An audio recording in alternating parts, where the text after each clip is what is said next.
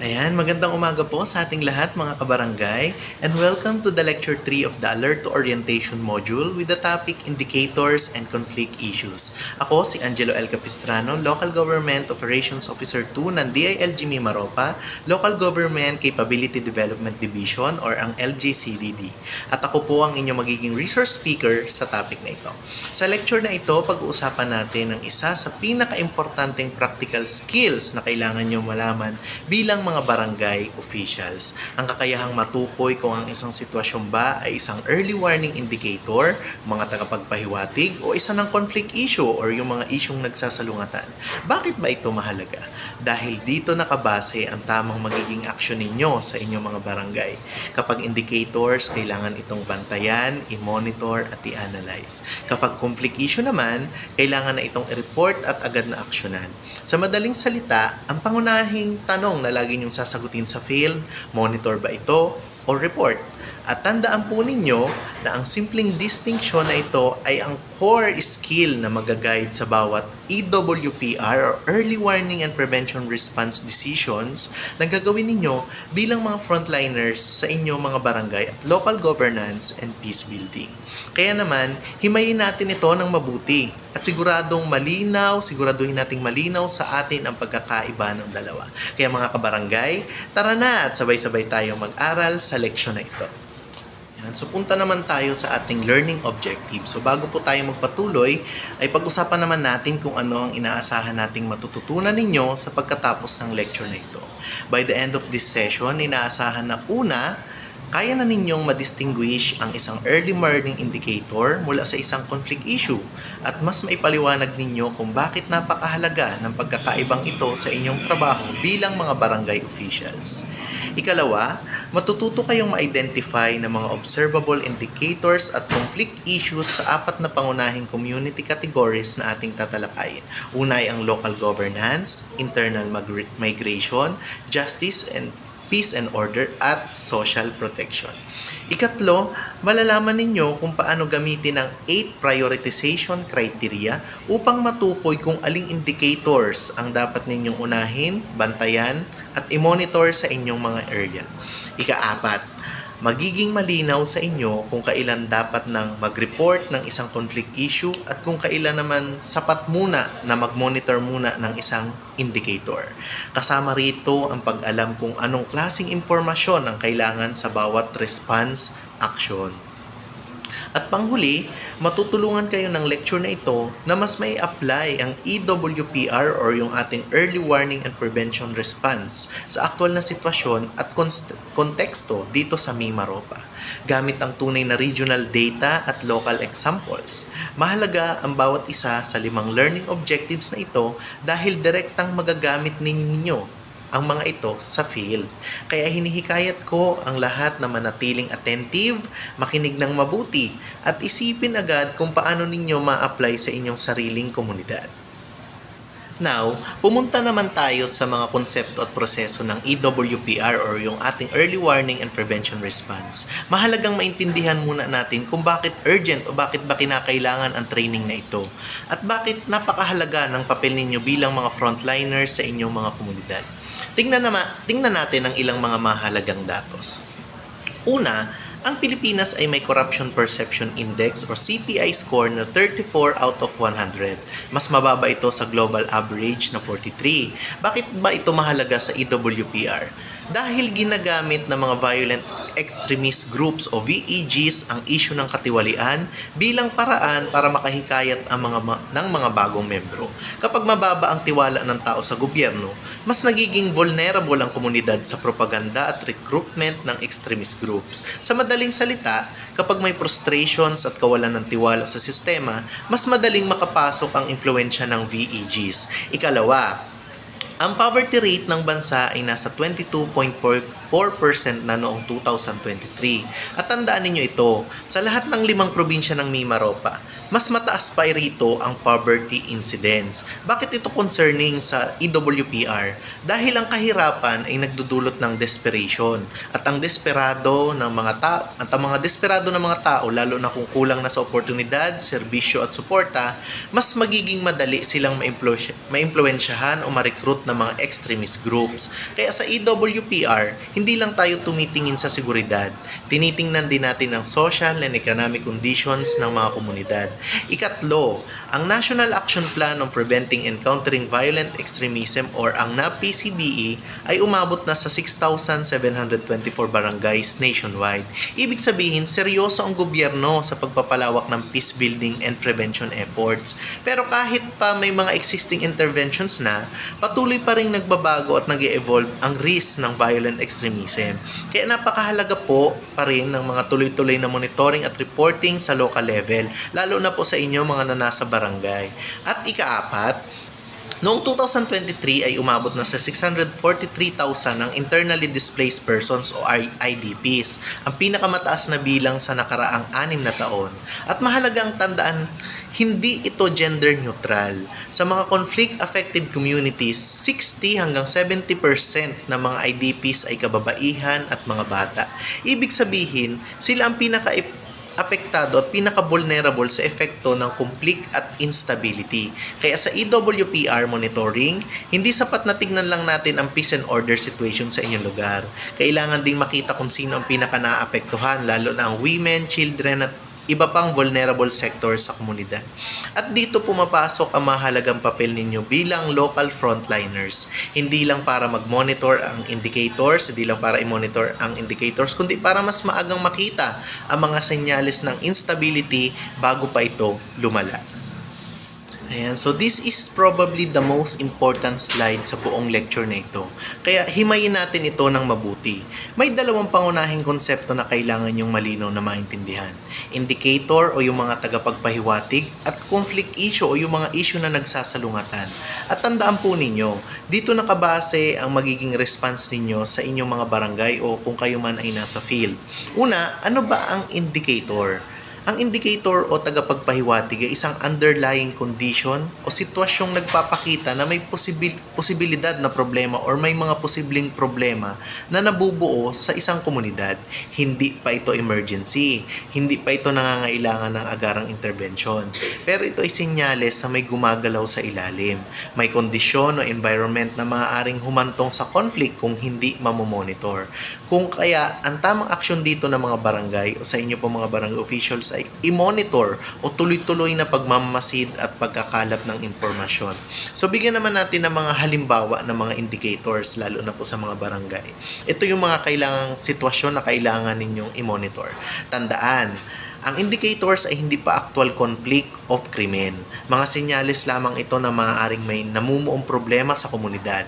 Una, siguro lumalakas ang mga anti-government sentiments. Halimbawa, sunod-sunod na social media posts laban sa gobyerno, pagkalat ng mga misinformations o yung mga fake news, mga residenteng nagsasabing wala naman pakialam ang gobyerno sa amin. So ito po isang indicator dahil nagpapakita ito ng growing distrust at frustration sa otoridad. Pangalawa, yung mga biglang pagdami ng mga hindi kilalang tao sa barangay. Halimbawa, may mga bagong grupo na madalas nagpupunta sa liblib na sityo, hindi malinaw ang kanilang mga pakay, may mga lihim na mga pagpupulong tuwing gabi. So, hindi pa ito direktang threat, pero kailangan ng bantayan at i-monitor.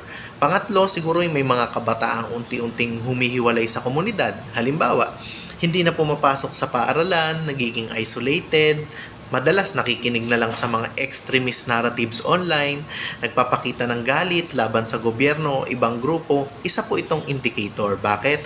Dahil magiging posibleng early sign ito ng radicalization. Pang-apat, siguro yung mataas na unemployment at kahirapan sa inyong mga lugar o sa lugar.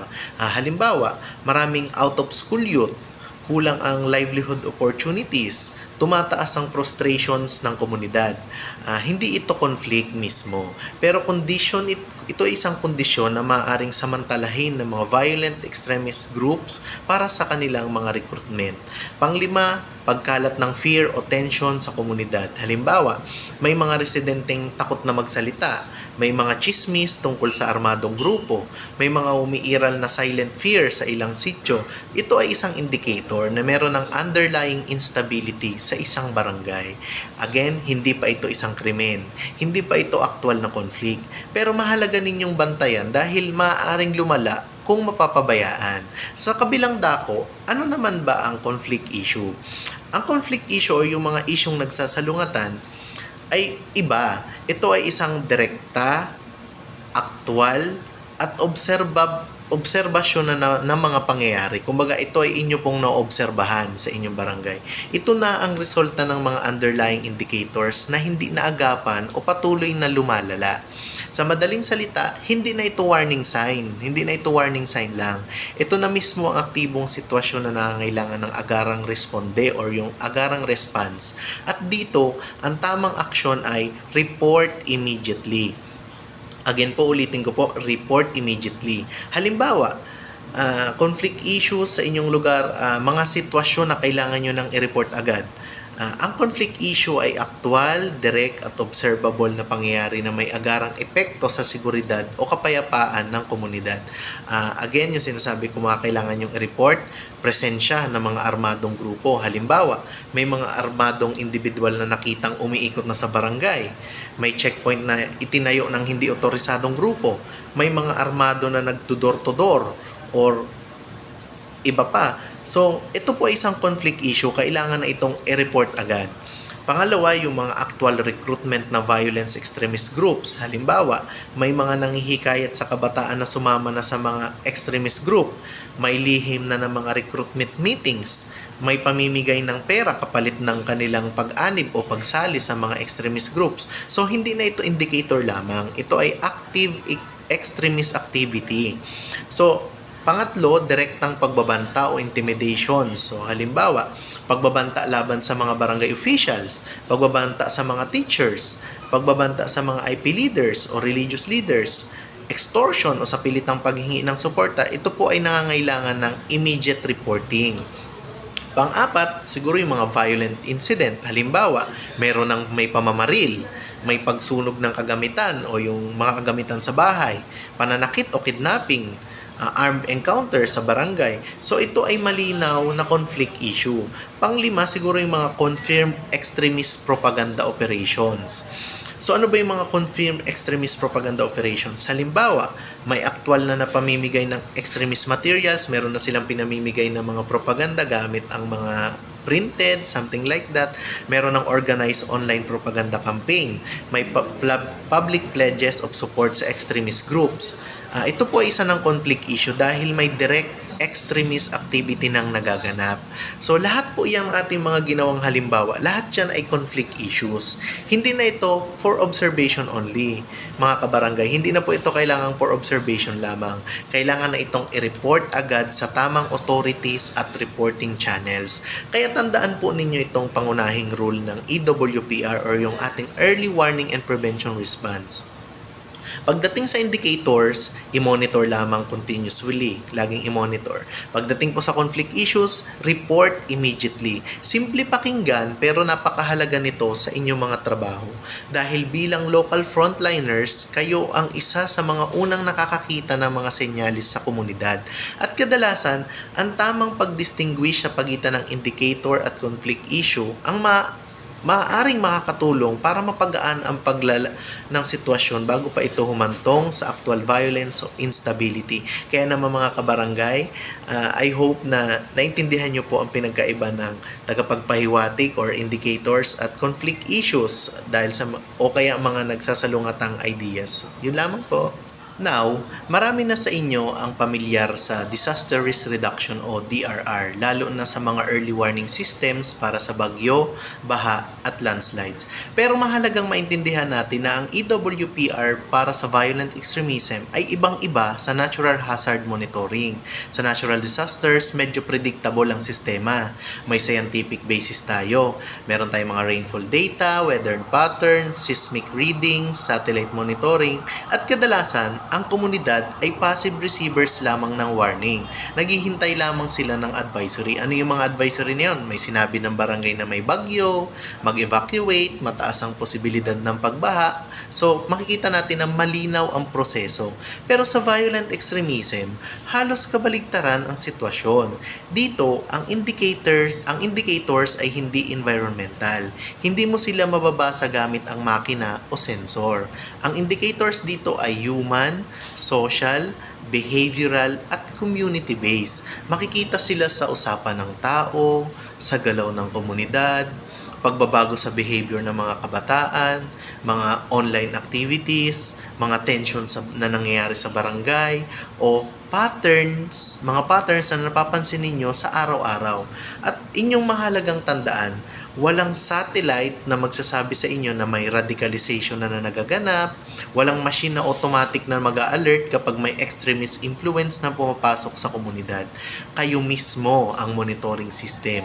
Kayo bilang mga barangay officials, community leaders, women leaders, teachers, health workers, at residents, kayo ang pinakaunang nakakakita ng mga pagbabago sa inyong komunidad. Sa madaling salita, ang komunidad mismo ang sensor system ng Early Warning and Prevention Response o yung ating EWPR. Kaya napakahalaga ng pakikinig, pagmamasid, community trust o yung tiwala ng inyong mga mamamayan at malalim na pangunawa sa lokal na sitwasyon. Dahil kung hindi ninyo kilala ang normal na kalagayan ng inyong komunidad, mahihirapan kayong makita kung may hindi na normal na nangyayari. At dito rin natin makikita kung bakit napakahalaga ng participation ng mga kababaihan sa EWPR Monitoring Network. Sa maraming pagkakataon, ang women leaders, mothers, teachers at health workers ang unang nakakapansin ng warning signs. Bakit? Dahil meron silang access sa mga espasyong madalas hindi naaabot ng traditional security monitoring. Halimbawa, yung mga usapan sa loob ng bahay, yung mga kwentuhan sa gate, yung mga concerns ng kabataan, mga interaction sa health center o yung mga pagbabago sa behavior ng mga anak at kani-kanilang pamilya. Madalas, dito unang lumalabas ang mga senyalis ng tension, fear, recruitment o radicalization. Kaya sa EWPR, hindi sapat ang puro security approach lamang. Kailangan community-based, inclusive at people-centered ang inyong monitoring system. Dahil ang epektibong early warning system laban sa violent extremism ay hindi teknolohiya, kundi isang komunidad na pagmatsyag, konektado at nagtutulungan. Ngayon, punta naman tayo sa mga community categories. Ang unang community category ay ang local governance and politics. Napakahalaga ng kategorya na ito dahil dito kadalasang nagsisimula ang trust o distrust ng mga tao sa pamahalaan. At tandaan po ninyo, kapag humina ang tiwala ng komunidad sa gobyerno, mas nagiging vulnerable sila sa impluensya at propaganda ng violent extremist group o VEGs. Magbigay tayo ng halimbawa. Isipin natin na merong isang barangay sa Romblon. Napapansin na ng mga taga-barangay na dumarami ang mga anti-LGU memes sa social media. Mas madalas na rin ang mga reklamo at galit ng mga tao na nagiging usap-usapan sa mga tindahan. At pababa ng mga attendance sa mga umattend sa barangay assemblies at consultations. Ano ang mga ito? Ito ay ang mga indicators. Hindi pa sila actual conflict issues, pero nagpapakita sila ng growing dissatisfaction, pagkawala ng tiwala, at lumalaking frustration sa local governance. At ito mismo ang klase ng environment na maaaring samantalahin ng VEGs para sa recruitment at influence operations. Kaya ang tamang response dito ay monitor. Obserbahan. Lumalala ba ang mga sentimento? Organized na ba ang mga galit? May mga misinformation bang kumakalat? May sectors bang lalong nagiging isolated? Pero paano kung lumala ang sitwasyon? Halimbawa, Nagkaroon na ng organized mass rally na humihingi ng resignation ng mga barangay officials. Meron na ring mga threats na sa local officials o may mga documented narco-politics at organized criminal influence na nakakaapekto na sa seguridad ng komunidad. Ibang usapan na ito, conflict issue na iyon. At kapag conflict issue na, report immediately dahil may direct impact na ito sa public safety, governance stability, at community security. On a gender note, habang nagmo-monitor kayo ng governance indicators, huwag lamang ninyong tingnan ang mga attendance numbers. Tingnan din ninyo kung malaya bang nakakapagsalita ang mga kababaihan, may women participation ba sa barangay consultations, present ba sila sa Peace and Order Council meetings, naririnig ba ang mga concerns nila. Dahil kapag mababa o halos walang participation ng mga kababaihan, maaaring indicator din ito. Bakit mahalaga ito?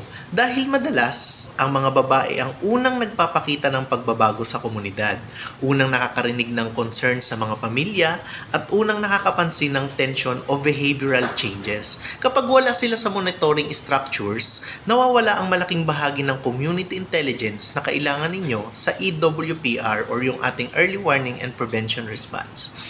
Pagdating naman ho sa prevention and response measures, bilang bahagi ng prevention and response, tiyaking naaabot ng basic services ang mga GIDA areas. So ano po ito? Ito yung mga areas na medyo malayo na sa inyong barangay, yung mga sa kabilang bundok, something like that.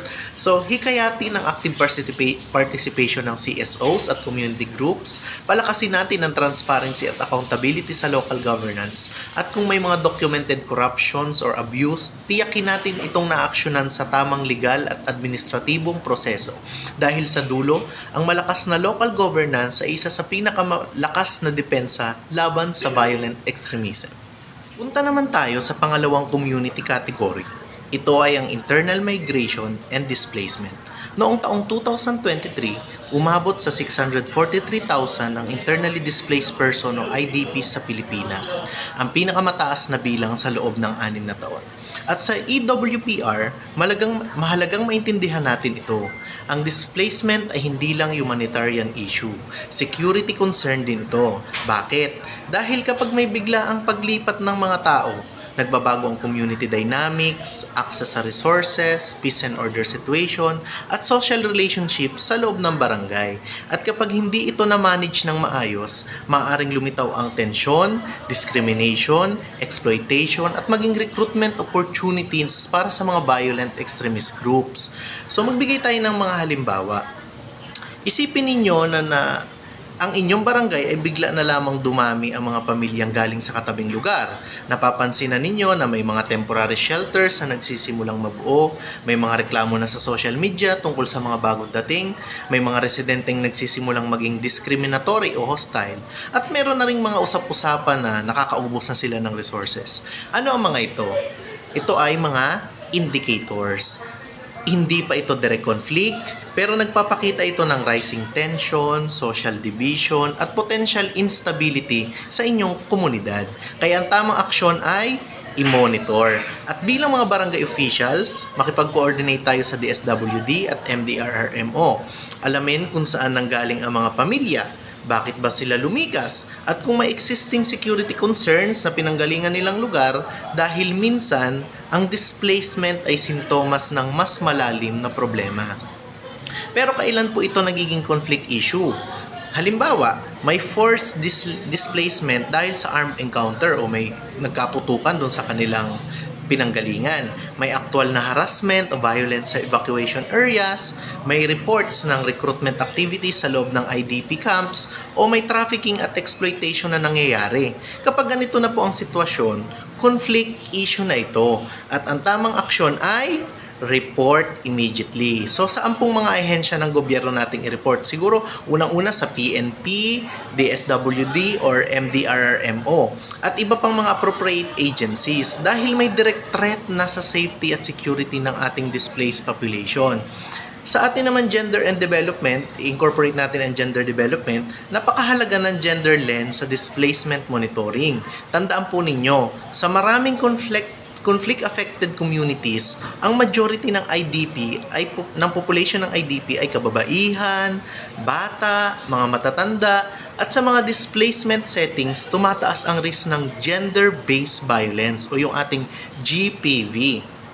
Ano ito? Exploitation, trafficking, at school dropouts. Kaya habang nagmo-monitor kayo ng IDP areas, mahalagang tingnan kung may naiulat bang GPV incidents. Tumataas ba ang dropout rate ng mga batang babae? May mga solo mothers o female-headed households bang walang sapat na suporta? May mga kabataan bang hindi na pumapasok sa paaralan? Dahil ang mga vulnerabilities na ito ay maaaring samantalahin ng extremist groups para sa recruitment at manipulations.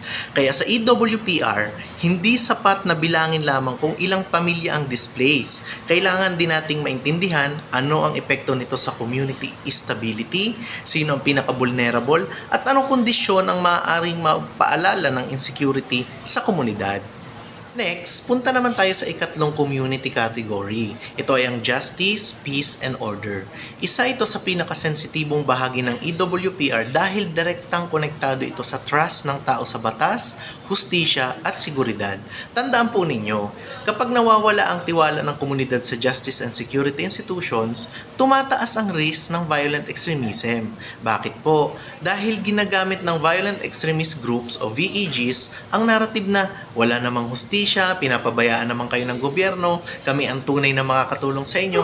Dahil kapag nararamdaman ng mga tao na wala nang nakikinig o magbibigay sa kanila ng hustisya, mas nagiging vulnerable sila sa impluensya ng mga grupong nag-aalok ng alternatibong kapangyarihan o alternatibong sistema.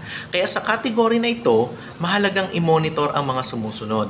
Mababang tiwala ng komunidad sa PNP, AFP o local government, pagdami ng mga organized crime groups o private armed groups, mga unresolved cases ng injustice o abuse, kawalan ng aksyon ng mga reklamo ng marginalized sectors, at community indifference o pananahimik kahit na may anti-government activities nang nangyayari.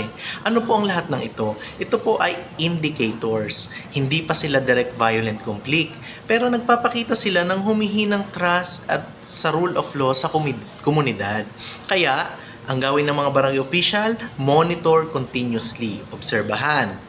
Lumalala na ba ang distrust? May fear na ba ng mga tao magsumbong?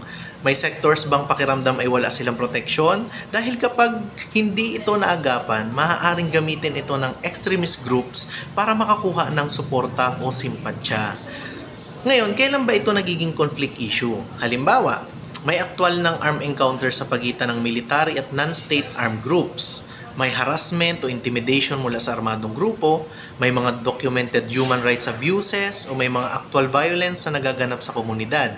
Kapag ganito na po, ito po ay conflict issue na at ang tamang response ay report immediately sa mga tamang authorities at reporting mechanisms na ating gagamitin.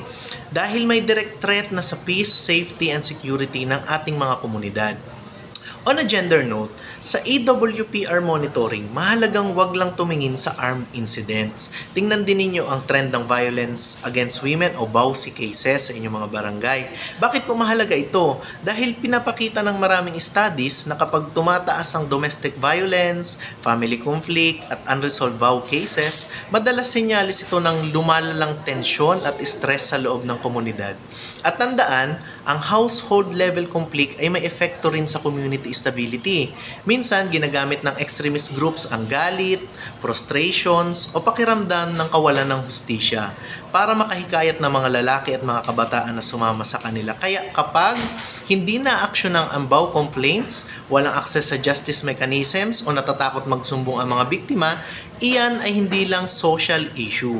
EWPR indicator din ito dahil pinapakita nito na humihina ang trust sa justice system at community protection mechanisms. Kaya sa justice, peace, and order category, tandaan po natin, hindi lang armas at engkwentro ang dapat bantayan. Kailangan din po natin bantayan ang trust, fairness, access to justice, at pakiramdam ng seguridad ng ordinaryong mamamayan. Dahil kapag humina ang mga ito, mas madaling makapasok ang impluensya ng violent extremism sa ating mga komunidad. Talakayin naman natin ang pang-apat at final community category. Ito ay ang social protection, youth and family vulnerability. Ito ay isa sa pinaka-critical na bahagi ng EWPR, lalo na para sa mga barangay na may mataas na poverty incidence. Bakit po? Dahil dito madalas nagsisimula ang vulnerability ng komunidad. Hindi sa armas, hindi sa incident, kundi sa mga kabataan at pamilya na unti-unting nawawalan ng support system. At pakakatandaan po natin, ang pinaka-target ng violent extremist groups o VEGs ay hindi ang may mga kapangyarihan, kundi ang mga walang direksyon. Sa kontekstong ito, i-monitor natin ang mga sumusunod. Pagtaas ng juvenile delinquency, mga idle youth o mga kabataang tambay na walang trabaho at hindi nag-aaral, pagdami ng child abuse or exploitation cases, mga pamilyang broken, absentee parents o solo parent, households sa high conflict settings. Nandyan din po yung mga tumitinding alitan sa pagitan ng pamilya or clan sa mga barangay. Lahat ng ito ay hindi lang simpleng social welfare concerns. EWPR indicators din po sila. Bakit? Dahil nagpapakita sila ng weakened family structure, lack of supervision, at social vulnerability na pwedeng ma-exploit. Kaya ang tamang approach dito po ay i-monitor at makipag-coordinate sa MSWDO, schools, barangay councils, at youth organizations. Ngayon naman po, kailan ito nagiging conflict issue? Halimbawa, may confirmed child trafficking cases, may online sexual exploitation of minors, o yung may mga minor de edad na aktwal nang nire-recruit o sinasama sa armed extremist groups. Kapag ganito na ang sitwasyon, conflict issue na ito. At ang tamang aksyon ay report immediately sa PNP, DSWD at iba pang child protection mechanisms. On a gender note, mahalagang maunawaan na magkaiba ang patterns ng vulnerability ng boys at girls. Para sa mga batang lalaki, mga idle youth na walang trabaho o directions, pakiramdam na walang purpose or recognition, madalas silang tinatarget ng VEGs gamit ang narratives ng brotherhood, honor, purpose, at heroism. Para naman sa mga batang babae, maagang pag-drop out sa school, maagang pag-aasawa, pagkawala ng support network, nagiging mas vulnerable sila sa mga online recruitment, manipulations, at exploitation. Ibig sabihin, parehong genders are at risk, pero magkaiba ang entry points ng vulnerability. Ang key reminder lang po natin pagdating sa social protection ay hindi lang tungkol sa welfare programs. Ang social protection ay hindi lang patungkol sa welfare programs. Ito ay tungkol sa kung may sapat bang support ang mga kabataan, kung ligtas ba ang mga pamilya, at kung may mga opportunity ba ang youth na mag-develop ng stable future.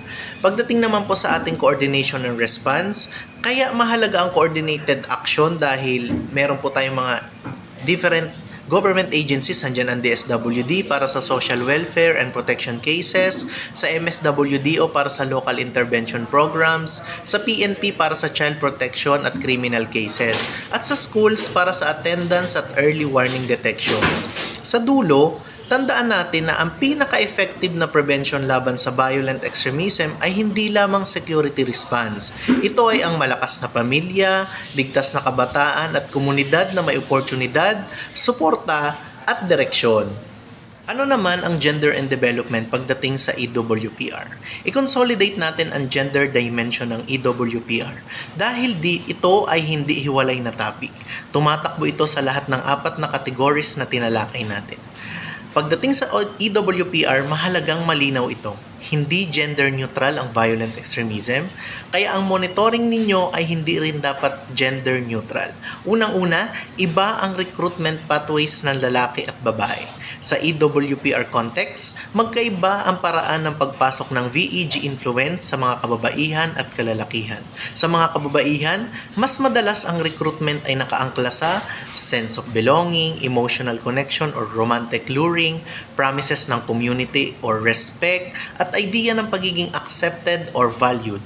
Para naman sa mga lalaki, mas madalas ito ay nakaangkla sa pride at masculinity, honor at identity, grievance or galit sa sistema, at pakiramdam ng injustice or pagiging inaapi. Bakit mahalaga ito? Dahil kung iisang lens lang ang gamit ninyo, may blind spots sa inyong monitoring. At sa EWPR, ang blind spot ay equal sa vulnerability. Women are underutilized monitoring asset. Ang kababaihan ay hindi ilang beneficiaries ng peace and order system. Sila ay critical information channels ng komunidad. Bakit? Dahil may access sila sa usapan sa loob ng bahay, kwentuhan sa school gate, palengke conversations, health center interactions, at informal community exchanges. Ito ang mga lugar kung saan madalas unang lumalabas ang changes in behavior, early signs of recruitment, at community tensions. Kaya malinaw ang implication, ang EWPR system na walang kababaihan ay operating at half capacity. Hindi po ito exaggeration, ito ay functional limitation. Rising vow cases are EWPR signals. Mahalagang linawin ito. Ang violence against women ay hindi lang social welfare concern. Sa EWPR lens, isa rin itong early warning indicator. Bakit? Dahil ang tumataas na vow cases ay maaaring nagpapakita ng household instability, increasing control and aggression behaviors, at unresolved tensions sa pamilya. At ang household level instability na ito ay maaaring mag-spill over the community level at maging vulnerability point for recruitment or influence. Kaya ang mga dapat gawin, i-coordinate ng EWPR monitoring sa Barangay Baudes. Hindi hiwalay kundi integrated. RA 9710 is also a security framework. Ang RA 9710 or ang Magna Carta of Women ay hindi lamang gender equality policy. Sa EWPR context, isa rin itong security enabler. Bakit? Dahil malinaw nitong inuutos ang meaningful participations ng mga kababaihan sa governance at ang pagkakaroon ng at least 40% representation sa peace and order bodies. Anong ibig sabihin nito sa EWPR? Ang mga bodies ninyo na katulad ng Barangay Peace and Order Committees, Barangay Peace and Order Council, Disaster Risk Reduction Council or Disaster Risk Reduction Committees na walang kababaihan ay kulang sa impormasyon, may blind spots at mas mahinang bilang early warning system. Ang ating pong key takeaway pagdating sa EWPR, gender is not an add-on. Gender is infrastructure. Ibig sabihin, mas complete ang monitoring system kapag inclusive ito. At sa dulo, simple ang prinsipyo, mas maraming perspective, mas maagang detection ng risk, mas maagang detection, mas epektibong prevention. Dito naman tayo sa prioritizing indicators at ang kanyang 8 criteria. Once you have identified an indicator, the next question is, saan ka dapat magfo-focus ng atensyon? Dahil hindi lahat ng indicators ay pare-pareho ang urgency o priority. Kaya dito papasok ang 8 prioritization criteria. Ito ang guide ninyo sa pag-decide kung ano ang dapat unahin sa monitoring. Ang 8 criteria for prioritizing EWPR indicators, unang-una ang severity. Gaano kaseryoso ang posibleng epekto kung mag-escalate ito? Halimbawa, simpleng dissatisfaction versus potential recruitment. Mas mataas ang severity, mas dapat i-prioritize. Immediacy.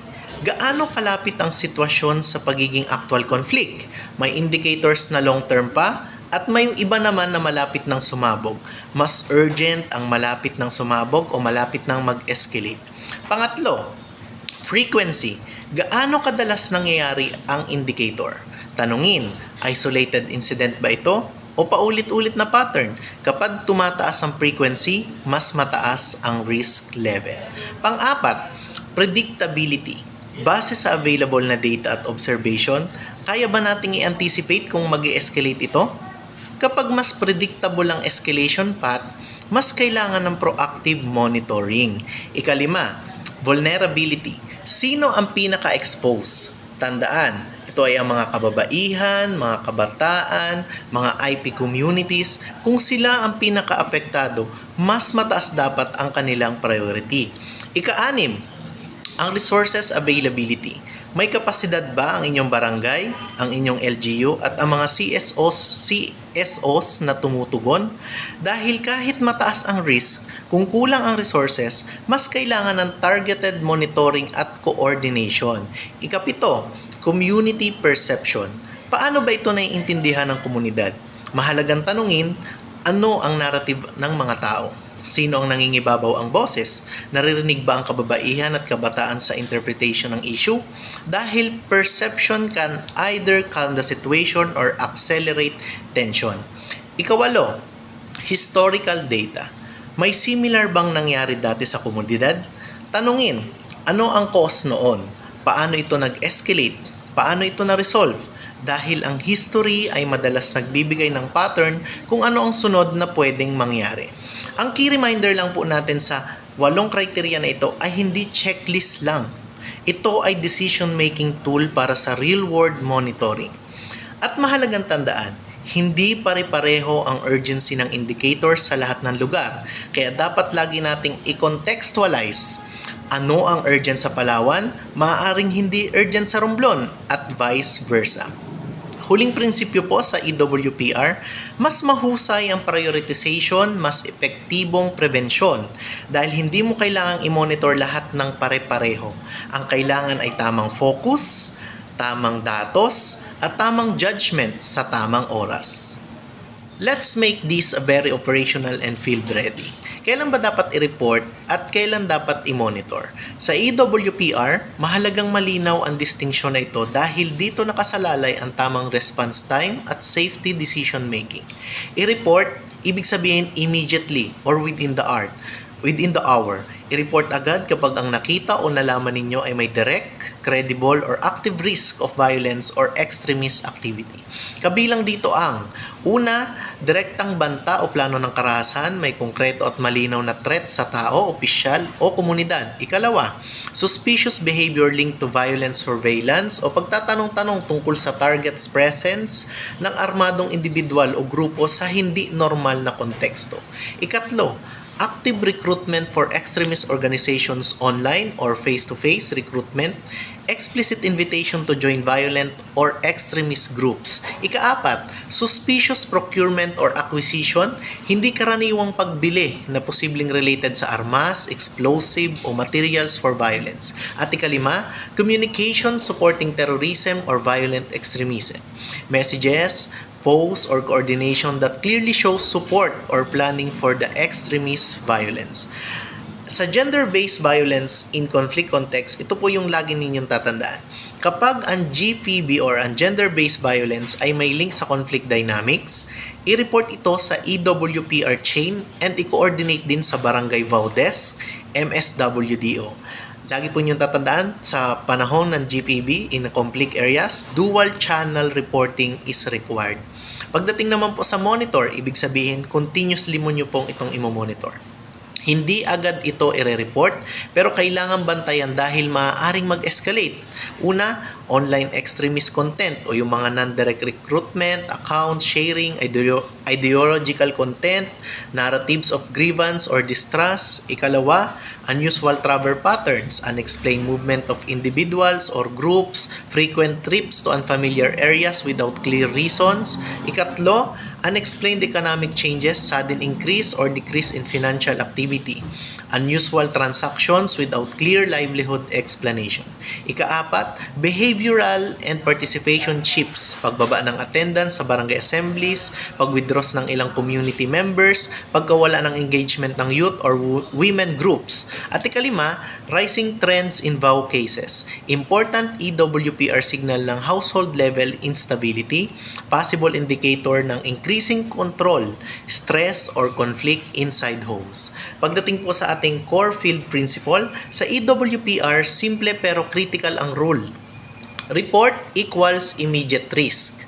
Monitor equals developing risk. Sa araw-araw na trabaho ninyo, report promptly kapag may mga immediate threat or confirmed extremist activity. Monitor consistently kapag may patterns, behaviors, or early signals. And document everything kahit mukhang maliit pa ang impormasyon. Dahil sa EWPR, ang mabilis na pag-report ay nakakapag-prevent ng escalation. Ang consistent monitoring ay nakakapag-prevent ng surprise. At ang kombinasyon ng dalawa ang pinaka-core na effective ng early warning system pagdating sa barangay level.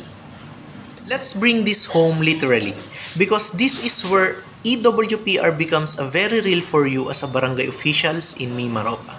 Makikita nyo sa mga data na ang lahat ng 5 probinsya sa rehiyon, Occidental Mindoro, Oriental Mindoro, Marinduque, Romblon at Palawan, ay may poverty incidence na mas mataas kaysa sa national average na 18.1%. At kung titingnan pa natin ng mas specific, ang Romblon ay 30.2%, ang Marinduque ay 28.4%. Ilan ito sa pinakamataas sa buong rehiyon? Ano ang ibig sabihin nito sa EWPR? Hindi ito simpleng poverty statistic. Sa EWPR lens, ang poverty ay enabling condition. Ibig sabihin, ito ay environment na maaaring gamitin ng violent extremist groups or VEGs para sa grievance information, recruitment narratives at erosion ng trust sa gobyerno. Dahil kapag matagal ang deprivation, lumalalim ang frustration, tumitindi ang pakiramdam ng kawalan ng patas na oportunidad, at tumihina ang tiwala sa institusyons. Mas pinalala pa ng Mimaropa context. Hindi lang poverty ang faktor, may dagdag pa, island geography. Ibig sabihin, magkakalayo tayo ng barangay. Mahirap ang access sa basic services at hindi pantay-pantay ang reach ng government programs. Sa ilang liblib na komunidad, minimal ang government presence. Limited ang access sa social protection at minsan wala talagang regular na counter messaging or information flow. Kaya ano ang implication nito? Sa maraming barangay sa Mimaropa, kayo ang frontliners at pangunahing early warning system. Hindi ito exaggeration, ito ang structure ng reality sa field. Dahil kung walang regular na external monitoring presence, ang barangay officials, community leaders at local networks ang nagiging unang nakakakita ng pagbabago sa inyong mga komunidad. Kaya mahalaga ang mindset shift. Ang EWPR ay hindi lang reporting mechanisms. Ito ay observation, interpretation, at prioritization ng community signals. At dito pumapasok ang 8 criteria. Apply it per barangay context. Dahil ang urgent sa Palawan ay maaaring ibang level ang urgency pagdating sa Romblon o di kaya ay Marinduque. Ang parehong indicator ay maaaring magkaiba ang risk level depende sa lokal na kondisyon. Sa EWPR, context is not background. It is the basis of decision making. Ulitin ko po, sa EWPR, context is not a background. It is the basis of decision making. Sa Mimaropa, hindi pantay ang conditions ng bawat lugar. Kaya hindi rin dapat pantay ang pagtingin sa risk. Ang trabaho ninyo ay hindi lamang makita ang indicators, kundi maintindihan kung alin ang pinakamahalaga sa tamang lugar at sa tamang oras. Sa EWPR, ang barangay ang unang linya ng defense at ang pinakaunang source ng early warning intelligence ng inyong mga komunidad. And before we close the lecture 3, balikan natin ang 6 key takeaways na dapat ninyong dalhin sa field bilang barangay officials at EWPR frontliners. Una, indicators are not conflict issues. Mahalagang malinaw ito. Indicators, monitor continuously. Conflict issues, report immediately. Ang kakayahan ninyong paghiwalayin ang dalawa, ang pinaka-core ng EWPR decision making. Ikalawa, 4 community categories. May 4 na pangunahin sa larangan ng EWPR monitoring: governance, internal migration and displacement, justice, peace and order, and social protection. Bawat isa ay may sariling indicators, sariling conflict issues, at sariling prevention and response actions. Kailangan ninyo silang kilalanin at gamitin sa field. Ikatlo, data tells the story, hindi ito theoretical. May malinaw na kondisyon, CPI at corruption perception concerns, poverty rates na mas mataas sa lahat ng Mimaropa provinces, at 643,000 internally displaced persons. Ibig sabihin, may real, measurable conditions na pwedeng ma-exploit ng VEGs. Ika-4, the 8 criteria guided by your priorities. Hindi lahat ng indicators ay pantay. Gamitin ang 8 criteria para mag-decide. Ano ito? Severity, immediacy, frequency, predictability, vulnerability, resource availability, community perception, at historical data. At lagi itong i-apply sa barangay specific context or specific data. Ikalima, Gender is part of the system, not an add-on. Ang gender dimension ay hindi optional. Kababaihan ay equal sa critical community monitors. Vow trends ay equal sa EWPR indicators. Magkaibang recruitment pathways ng lalaki at babae.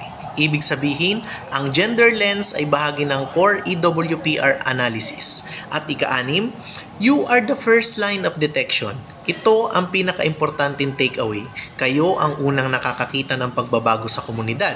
Kaya ang standard ay monitor consistently, document accurately, report promptly, at coordinate relentlessly. Sa EWPR, ang effectiveness ng system ay hindi nakasalalay sa tools o frameworks alone, kundi sa kalidad ng obserbasyon at responde ninyo sa ground. At dito nakasalalay ang papel ninyo bilang unang linya ng detection at prevention sa inyong mga komunidad. So ayan mga kabarangay, marapit na po tayong matapos. So lahat ng resources for all the data and claims used in this lecture are listed on slides 15 and 16 na maaari nyo pong tignan sa inyong mga kagustuhan. These are drawn from verified and authoritative references including the Philippine Statistical Authority, the Philippine National Police, the Internal Displacement Monitoring Center, and the Transparency International. That concludes our lecture 3. Before we proceed po sa the next session, please complete the lecture 3 activity on the Moodle platform. This will help reinforce the concepts we discuss and ensure the readiness for Lecture 4. Maraming salamat sa inyong active participation and attention throughout this lecture. Naway makatulong ang mga konseptong ito sa mas epektibong pagganap ng inyong mga tungkulin bilang barangay officials at frontliners ng community safety and peace building. Saludo po ako sa inyo mga barangay officials. See you po on our next module mga kabarangay.